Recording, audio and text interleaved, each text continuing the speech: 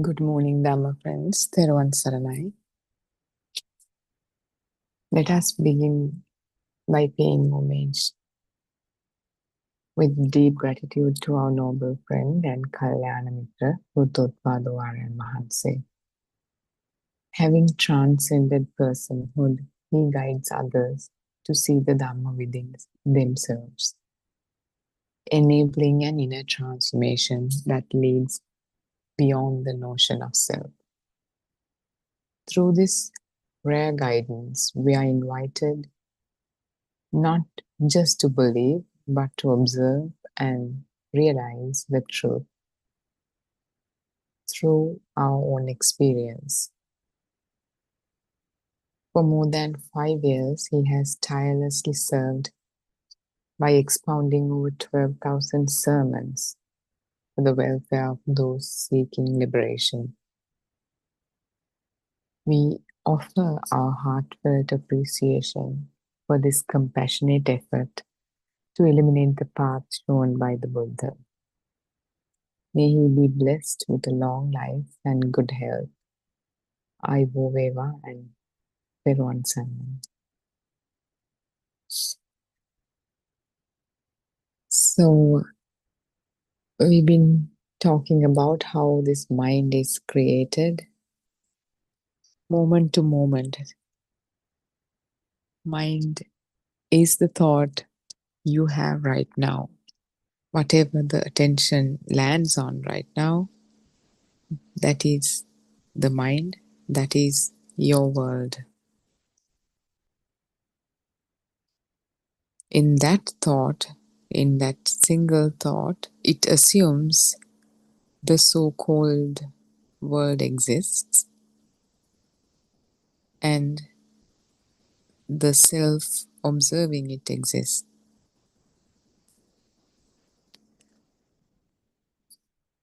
So when a baby was born, he or she had no idea of who he or she is, the name, who the mother is, who the father is.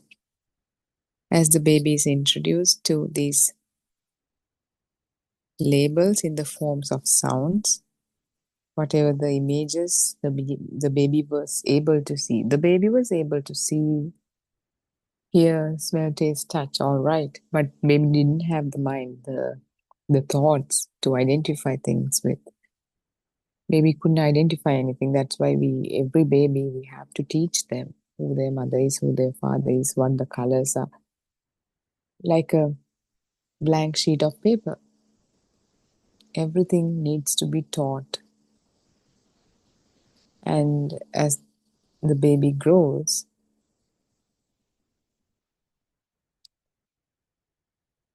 even about his or her own birth, we have to tell them. A baby has no idea where he or she came from.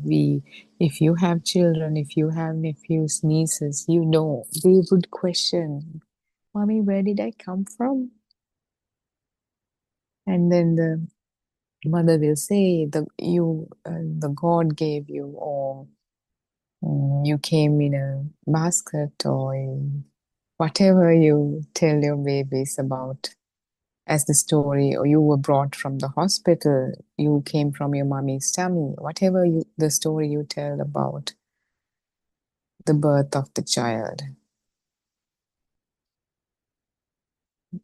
And the baby doesn't have any idea about a death either. So if you have, as he or she is growing up, if you have neighbors, if you have family who passes away, then you would take the child to the funeral and the child has no idea what's going on. They'll be like, why is that uncle in a coffin now? Box, or why is he sleeping like that?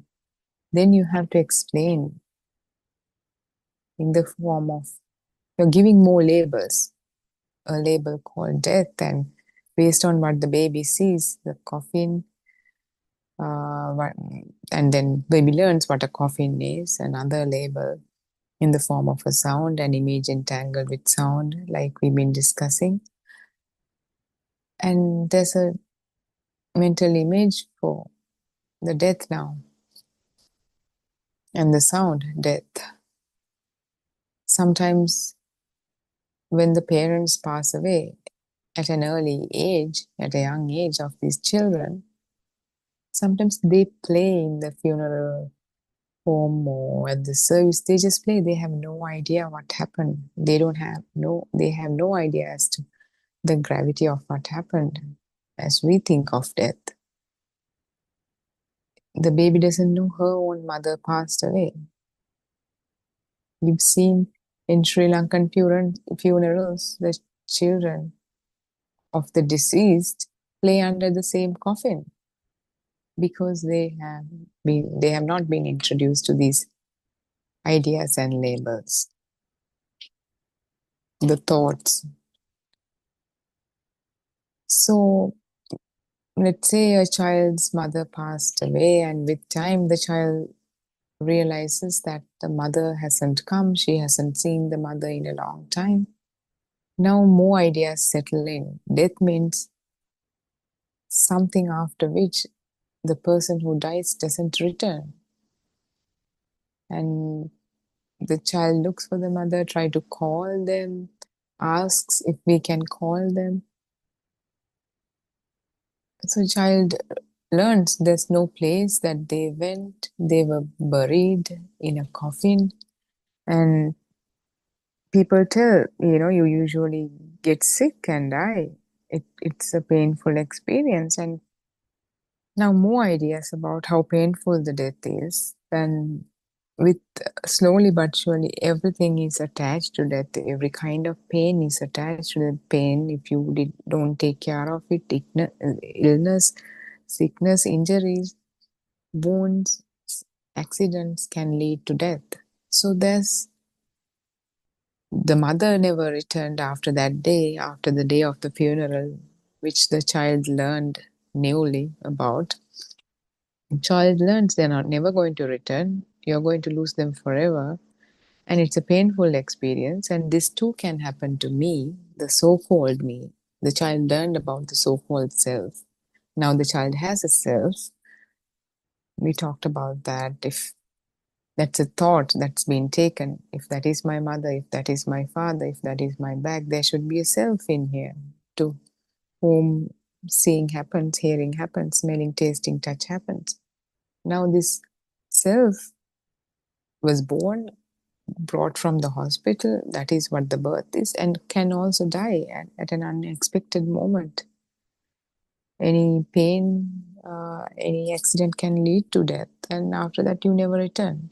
So there's an enormous, as children, I remember thinking about death, contemplating about death, what kind of a place it is. There's like dark kind of mental images of a place of no return. And thoughts about it as something that you should be scared of, worry about. So everything. And then now death is a mental image now. The birth is a mental image. In other words, death is a thought. Birth is a thought. The so-called self is a thought. Whatever we do in between, they are all thoughts, not just thoughts.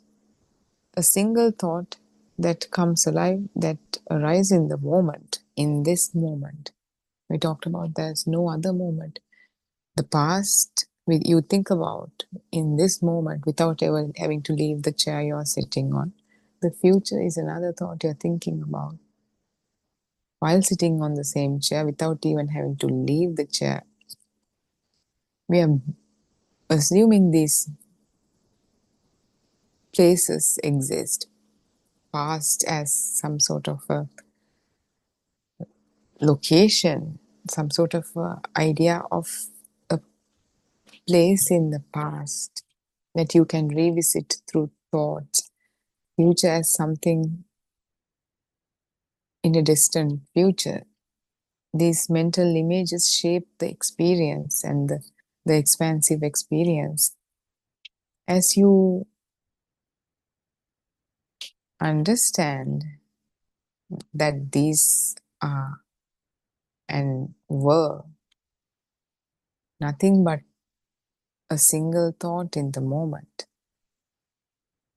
The grip it has on you, it loosens because that grip cannot be held, just like the magician pulling a dove from his sleeve was magic to you, was astounding to you. Now, when you learn there was a hidden pigeon somewhere, and by misleading your attention to somewhere else, the pigeon just appeared. Same way, you were thinking there's a place called death. There's there's some birth that happened. There's some place called past, some place yet to be arrived at called future. When these mysterious ideas, these mysteries are explained,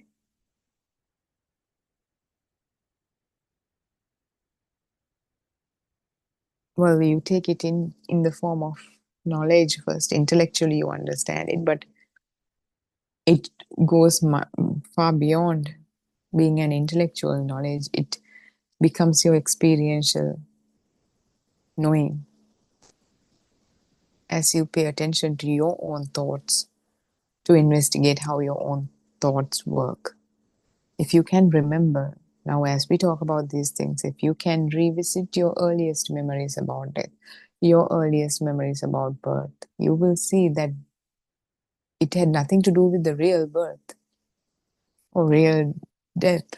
There's no thing called the real birth or real death, but whatever, the demise, you see, a person ceasing to exist and person coming to this world, these two incidents, the thoughts about it has nothing to do with it. Now, when we started talking about death, you had thoughts about death. Before this moment, you had no thoughts about death. So the death did not exist for you prior to the moment we started talking about the death. Death could be accessed anytime by a thought. Birth could be accessed anytime by a thought. Before this moment that we started talking about birth, probably for the entire day you probably didn't talk about or think about birth. However, after learning about death, now the child's mind associate every major incident to death, all kinds of pains and disasters and dangers to death. So when there's a disaster or danger or an accident, the fear arises because now this child is aware of a death as a fearful thing, that a thing that you should be afraid of. And this mind now starts thinking it learned about its own birth, death. In between, I need to do something with my life. I need to be someone special, someone different. Everyone does the same thing. What's the point? Oh, there are many doctors, there are many engineers. I need to do something that no one has ever done. That's how I make my mark in this earth. I'm going to be uh, I don't know, whatever the unique field that you choose to be in. I'm going to conserve marine biology in the Pacific Ocean, or whatever it is that you choose to, however, the way in which you choose to differentiate yourself. That is why the self becomes so special. And at an early age, this new way of thinking kind of makes children feel like they're so special, they are unique.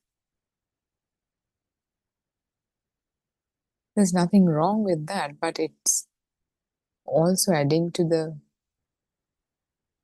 a very powerful sense of self, very unique. Anyways, people think of them as unique. They have to make themselves unique. The survival in this life depends on being unique. Not to be not to be unique and special is devastating, because how are you going to survive? How are you going to make your mark? How are you going to win the competition? Because there's so many people, 7 billion or 8 billion people in this world. You have to be something additional, something more, something special, something extra to survive. That's why from the time the baby learns these ideas, the self, the birth, death, thought by thought, what he or she does is making a unique being, thought by thought. So when we say ego in this particular context, we do not mean ego in the sense that I have too much pride, or someone has too much pride, someone has too much egos, someone thinks highly of themselves. But whatever the thought that defines the uniqueness of the so called self, whatever the thought tells that you are different from the rest of the world, that is ego. Whatever, you probably have heard this saying in spiritual contexts. They say if the wave thought it's any different from the ocean, that would be a lie. Same way, now this wave with thoughts thinks in ways that makes the wave different from the ocean.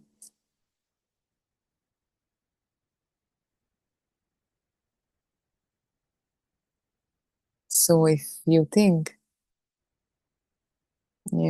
I like natural things. I don't like plastic.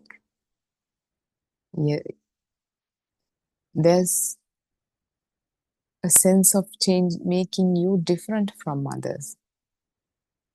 I'm not saying that you shouldn't use natural things. Plastics, they're not good for our earth. We're completely supporting the idea, but the fact that it is used to create a separate self, that truth needs to be understood, and you will still continue with the way in which you buy, use different kinds of materials to the preserve in order to preserve the earth, in order to be helpful towards that bigger idea. But to use it as a factor to make you identify you differently from the rest is ego. That you need to see that for what it is. You must have heard many people giving all sorts of different statements to make identify them as differently. I'm an they I'm a woman, I'm a man, I'm a transgender person, or however uh, then what however they identify themselves, with their sexualities, with their sexual orientations, with their nationalities, with I'm Indian, I'm Sri Lankan, I'm Chinese, I'm American, I'm British. When when whatever that term is for you, when you say that, there's a certain kind of pride that people can detect. Underlying is that thought that is identifying you any different to the rest of the world. I'm a human. That identifies you as differently from the rest of the nature, from animals. I'm a Buddhist, I'm a Christian, I'm a Catholic, I'm an atheist. I'm an atheist. Too is an identification. We think not belonging to some group is non-identification. No, it too is identification. Identifying yourself as different to the rest of them. That too is ego. Not in the sense, he has too much pride, but in the sense, I'm different to you. I'm different to the rest of the world. Other labels, I'm smart. I'm compassionate. I do stupid things.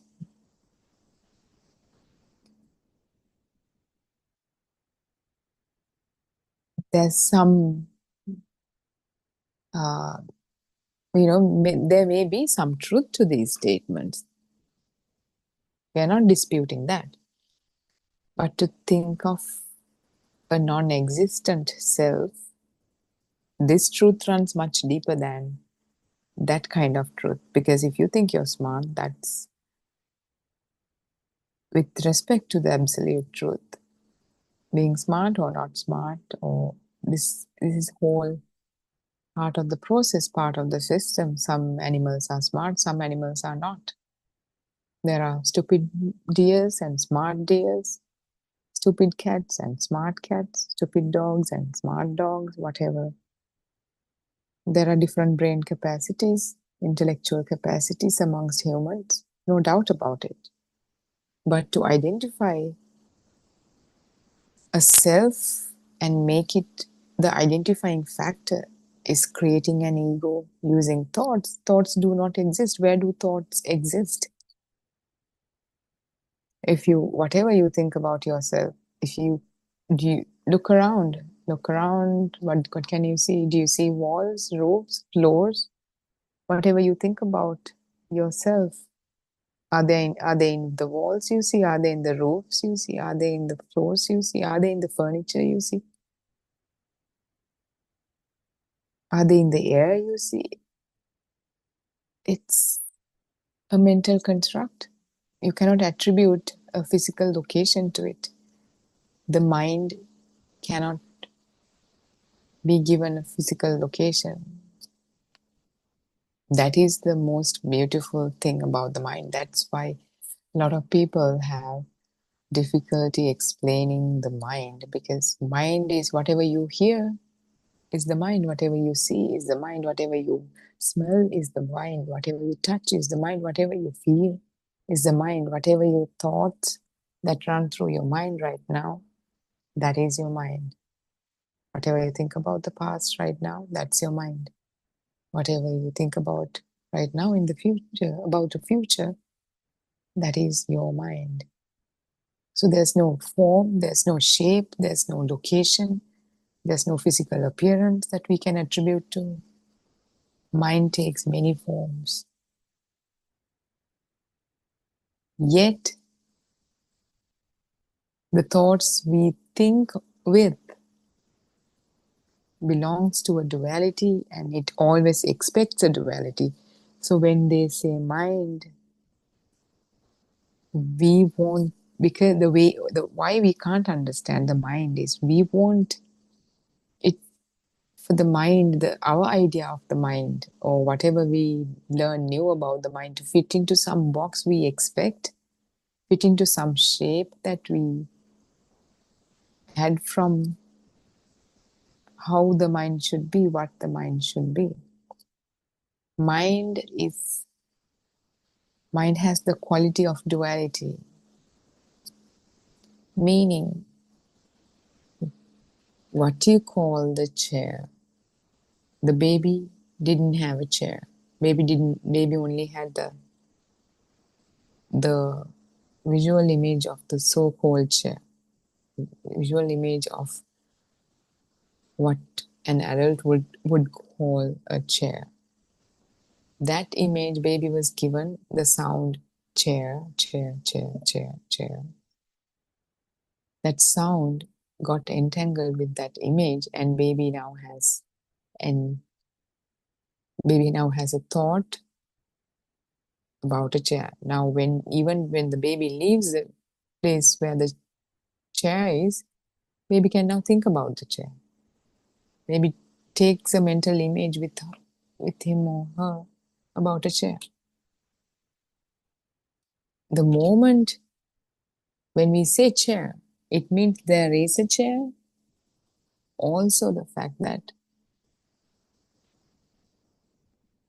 there is no chair is also, both of them are options now. The existence of a chair and non-existence of a chair, both those options are created by labeling something as a chair. That's why Buddha said, if you say something exists, it's wrong. If you say something that doesn't exist, it too is wrong. When the causes and conditions that are required for the existence of something is present, they appear. When the causes and conditions are not met, they're not there. That is the absolute truth. That's why Buddha defied annihilationism and existentialism. Something is there, something is not there, both being defined by Buddha. That's why Buddhism is a cause and effect, or cause and condition Dharma. When the conditions are met for something's existence, they appear. If not, they don't appear. Meaning, when the so-called image of the chair is present, if the label is being given previously, even now, the chair appears. When you don't think about a chair, when you don't see a chair is no longer there. Then probably a table is there, something else is there. Then the table is the one that's existing in the awareness of the person. In Sinhala, in the language spoken in Sri Lanka, we call it Hetu Pala Dhamma, cause and condition Dhamma, cause and effect Dhamma. So, and that is the middle path. If you say something exists, it's wrong. If you say something doesn't exist, it's wrong. The middle is the cause and effect. So whatever the sermons that were delivered by the Lord Buddha and the sermons delivered by Buddhothpado and Mahanse, they're delivered from the middle path, meaning the words are used to not say something exists, neither to say something doesn't exist, but it talks about how they come into existence with the necessary conditions being met, by the necessary conditions being met. So now the child has if we come back to what we were talking about, the child has a birth, death, fear of death, has the need to create a unique self, invent a unique self, define the unique self using different thoughts. So this belief system, self-identifying view, followed by a fully fledged, very comprehensive system in which this child looks at the world, this thinking is embedded in everything he or she does. As the child grows old, he or she sees people walking. If she's a girl, she sees girls walking, girls who are older to her in school. They walk with different ways. Some walk like models, some don't. So the mind compares different walks and says, this one is a beautiful walk. So that walk is followed. Sees different ways in which people talk, detects one as a good way to talk, nice way to, smart way to, pleasant way to, beautiful way to talk, and it's followed. Some we have seen our own children, they go home, they come home, they start talking differently all of a sudden after going to middle school at high school. They say different things that he or she is not exposed to at home.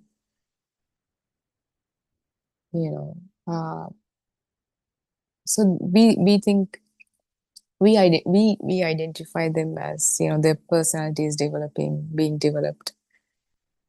They're maturing, they become matured, all of that. Yes, true, in some surface level, but underlying what's happening is the self identifying view is maturing. That unique self is taking shape. They talk about the world, the relationships, kids at school, love, sex, the governments, the political systems, all these things they talk about. They talk about their neighbors, newer strengths in school, new slangs, all these things. Now, that initial self-identifying view, there should be a self here. That self is Paul, Mary, whoever it is. I'm such a person, I'm this kind of person, I'm that kind of person, I walk like this, I talk like this, I am a sensitive person.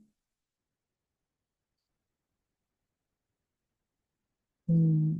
I need to make something out of myself. I need to be a doctor, I need to be an engineer, I need to be an activist, I don't believe in any religion, I'm an atheist. Or there are like more and more terms coming into our language to define more and more thoughts, more things, more sophisticated, more complicated, more complex things. Now we have come a long way from being the ape or being in the Stone Age or being that hunter gatherer. Or yeah, we have evolved into a really complex being with so many ideas. Most of them we talk about, think about, they do not exist even in a physical sense.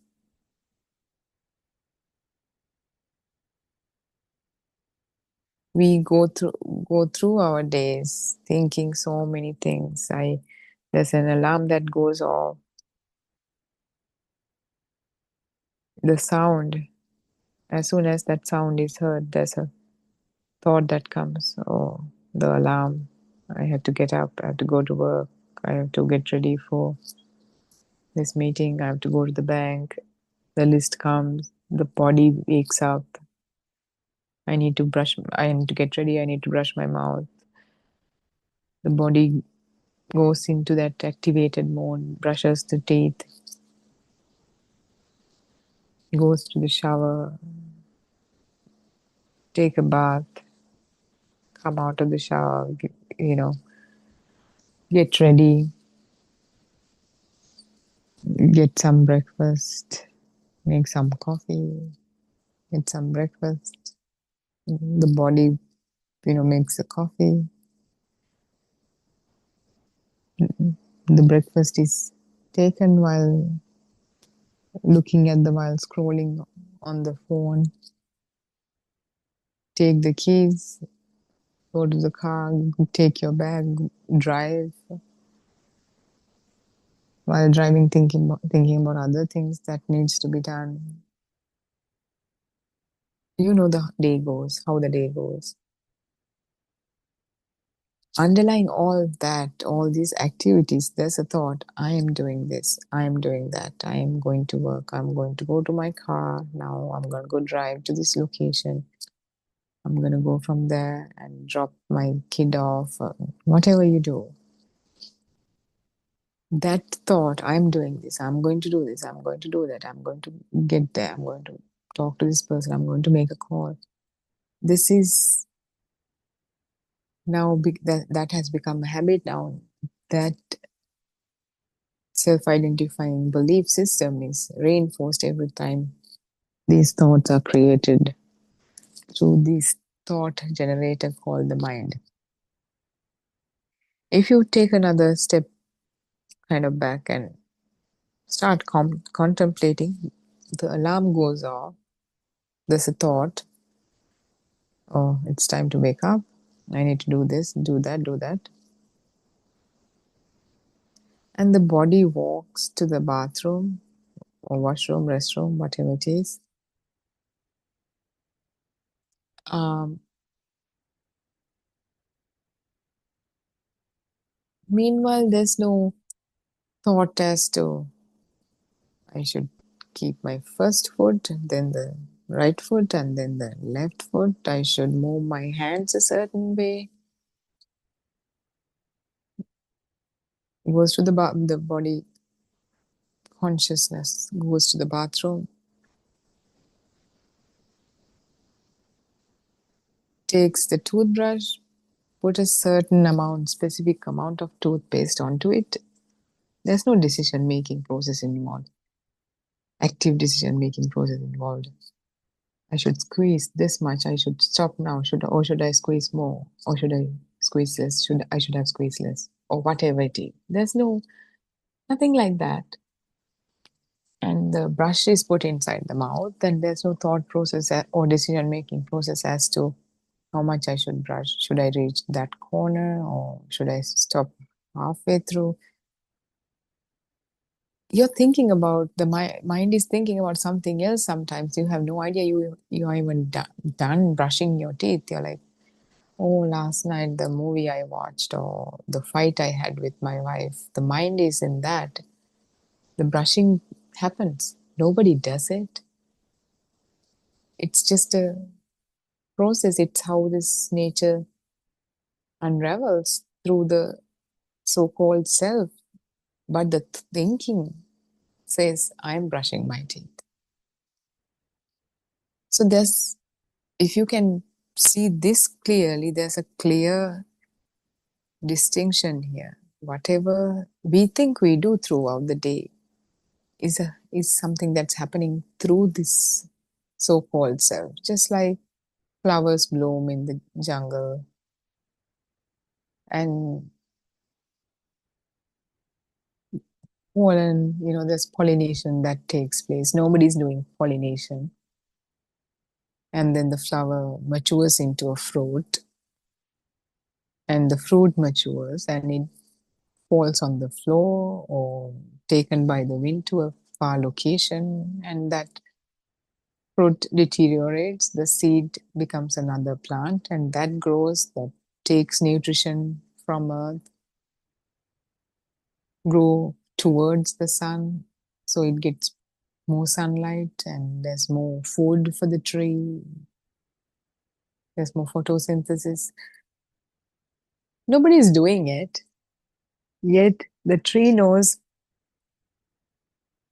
how to bear flowers, how to bear fruits, how to be proper so that properly mature so that pollination take place, and how to take the seeds farthest away from the tree so the existence,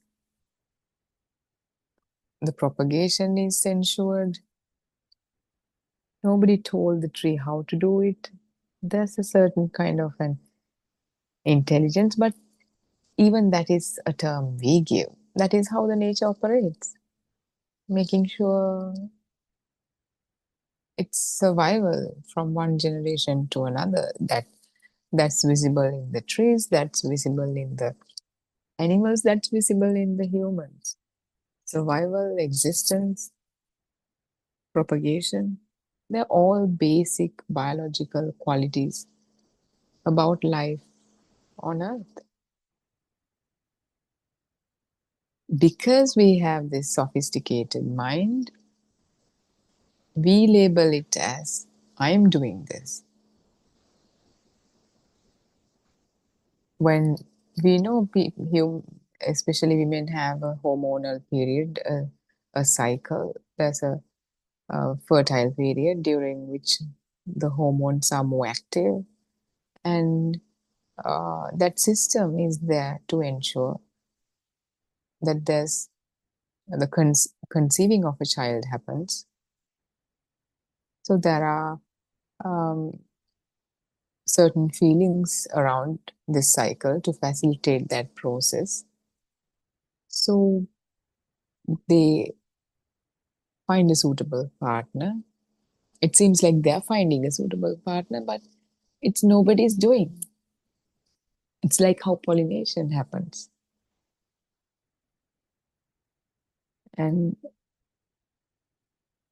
suitable partner, and in this sophisticated kind of life we have, we we've defined marriages and all these things. So based on how this system works amongst humans,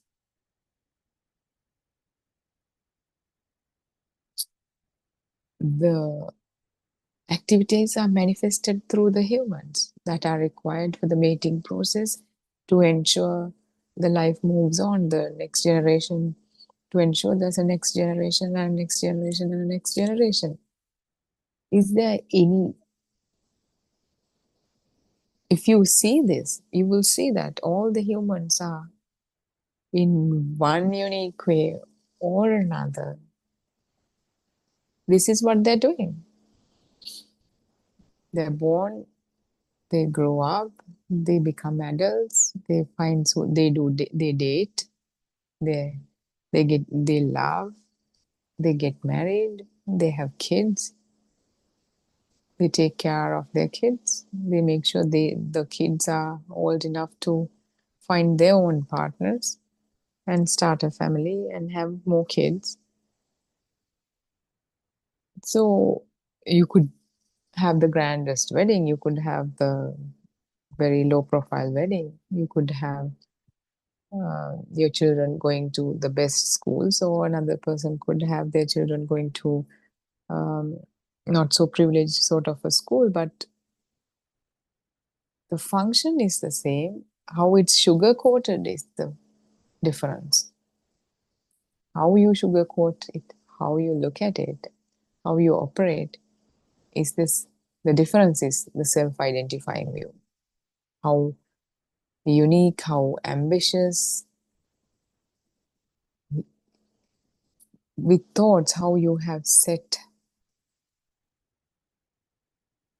how you have created, how the self is created with respect to the rest of the world.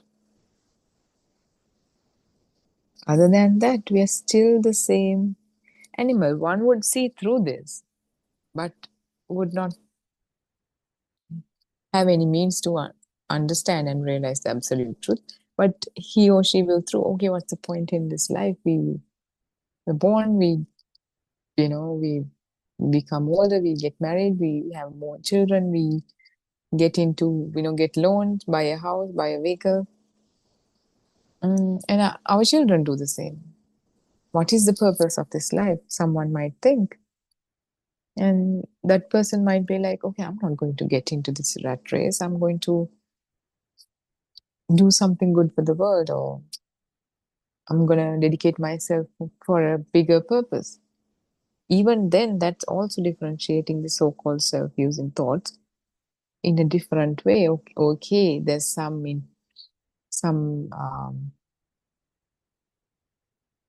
intelligence as to not fall for this trap of uh, reproduce, reproduction, but still that person is not out of this cycle of birth, because just because he or she understood the reproduction, how the reproduction cycle works, and it takes you to kind of a trap, keep you keep you kind of entrapped in one kind of a cycle. He or she is still entrapped in a different kind of a cycle that all of us are entrapped in, cycle of birth and death. Everybody is entrapped in that. Unless you understand this absolute truth and transcend the personhood, everybody's entrapped in the cycle of rebirths.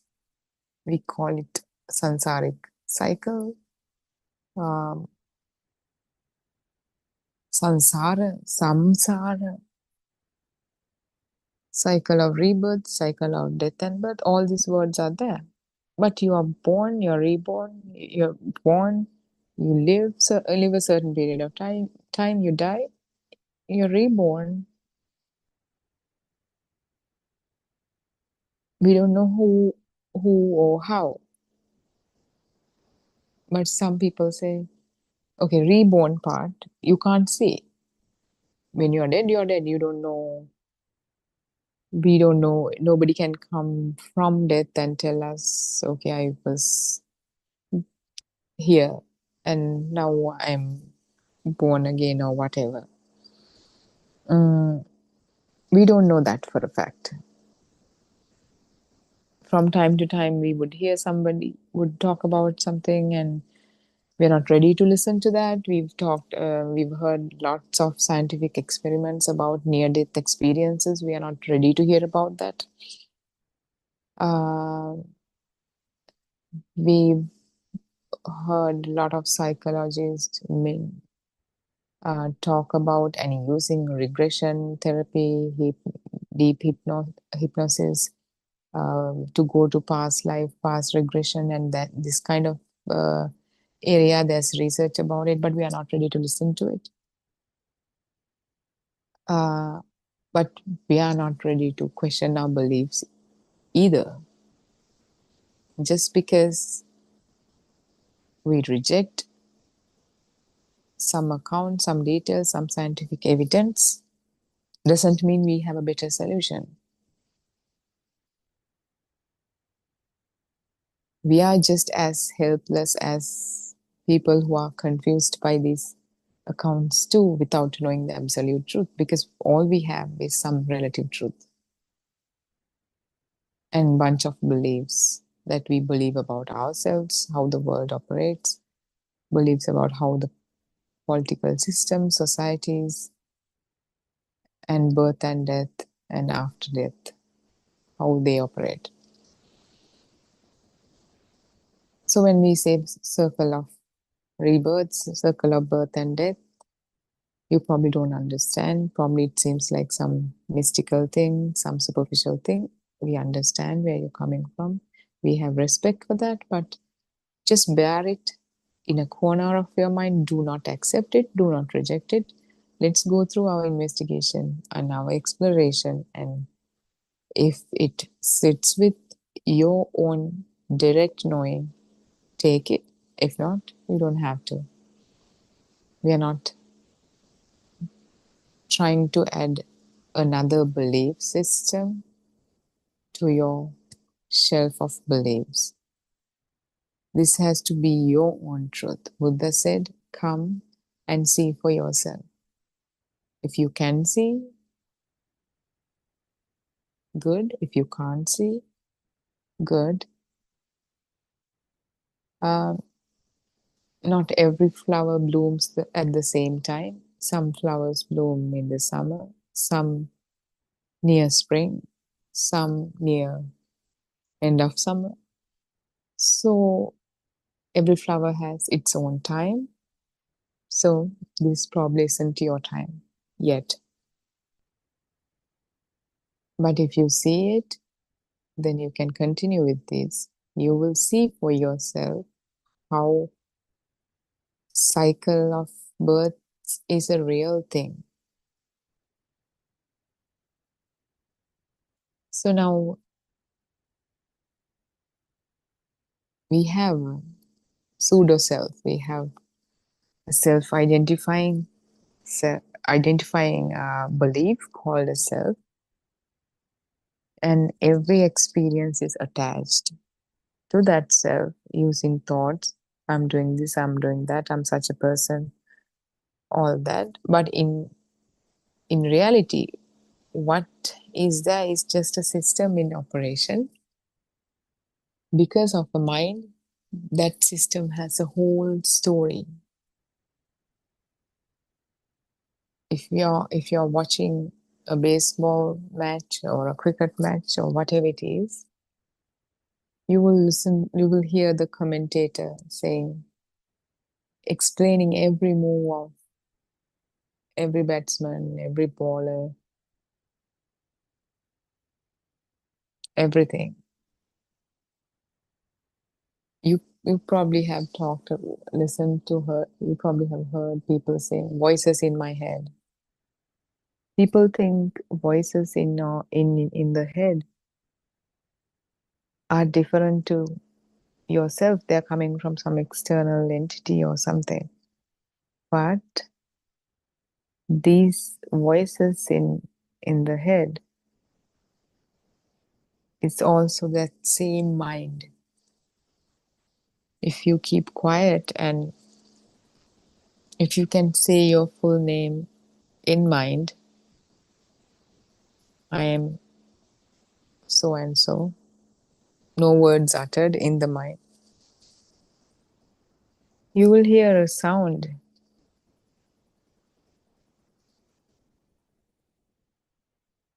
a soundless sound, a signpost. We discussed about signposts, otherwise known as perceptions. Sanya in Buddhism, we call them perceptions, or Sanya in Pali language, in which Buddhism is talked about during Buddha's time.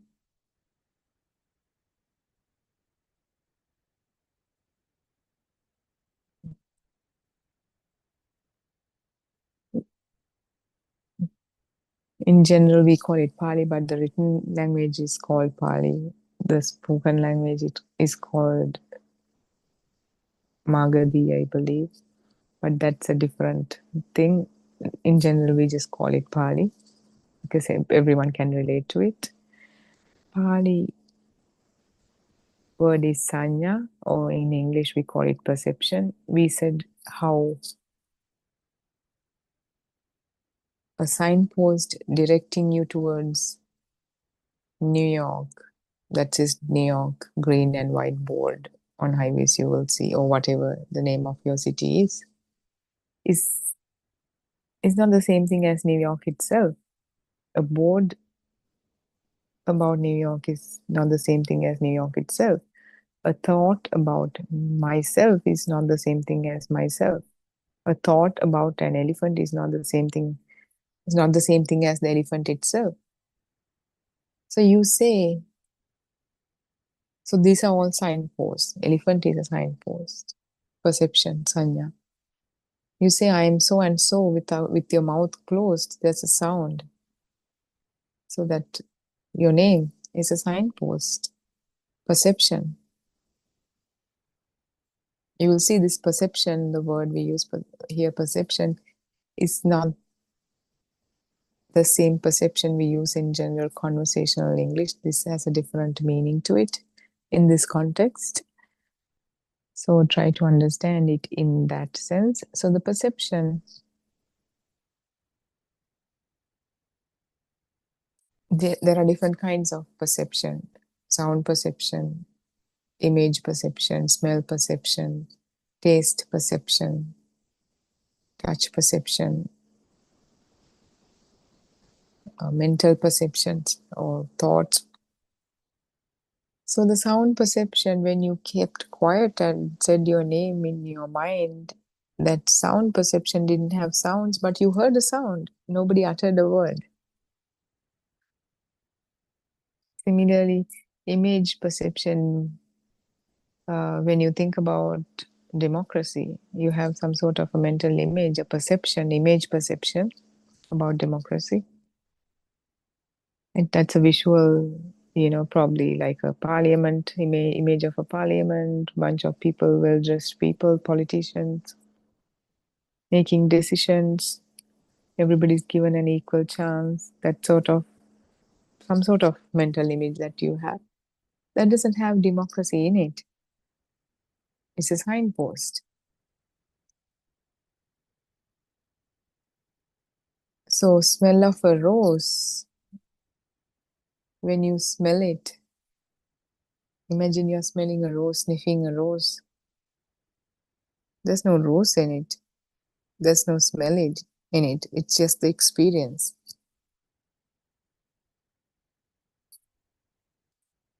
So it could be extended to smell, taste, touch, everything. So we are thinking, just like the commentator, we have a bunch of perceptions with which we think about whatever the activities that happen, take place throughout our days, from morning to night.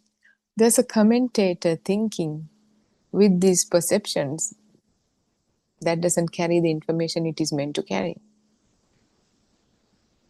This is a huge illusion. You think you're thinking about what happened last night with, the fight you had with your wife. You're thinking about that. Everything is replayed in the mind while driving to work. The act of driving happens.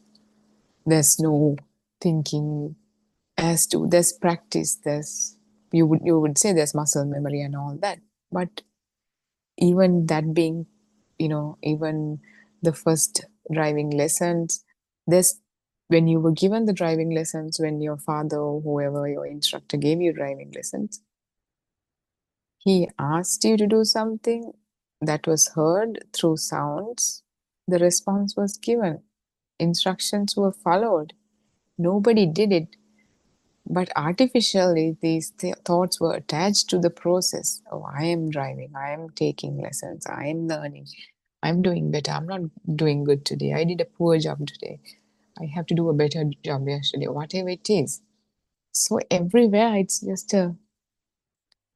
just like how when wind blows, how the the leaves of trees goes in the wind, nobody does it. So someone says something, someone, the so-called you get upset, says something. In between, you're not planning your words. In between, you're not like, um, even when there are thoughts like, how dare he talks to me like this? There's no self in those thoughts. Those are just signposts. It doesn't carry the meaning you think it does.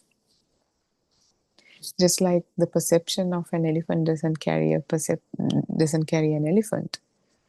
So this, if you can see this, what we are trying to communicate here, how there's only a system and a bunch of thoughts attached to it, claiming ownership, claiming doership, if not, and those thoughts itself, the meaning it's trying to convey, it doesn't contain the meaning itself. And if you can see through the illusion, you will see even this delivering of this sermon, there's no continuous thought process as to which word to use next, which word to use next, which way to structure sentences. It just flows. Whatever we do just flows. Even when we're like, you would say, "Oh, yeah, it flows now because I've been doing this for years." Even when you were learning that, it just flew through, it just flowed. Yet, with thoughts, this claiming of ownership, claiming of doership was given. That is why I feel like I am doing this, I am doing that. So I think that's a good point to stop today and extend this contemplation to our day to day life, to investigate if this is your own truth or not. And let's meet again tomorrow. Thank you for joining in. And Teruvan Saranai, Dr. Ravi.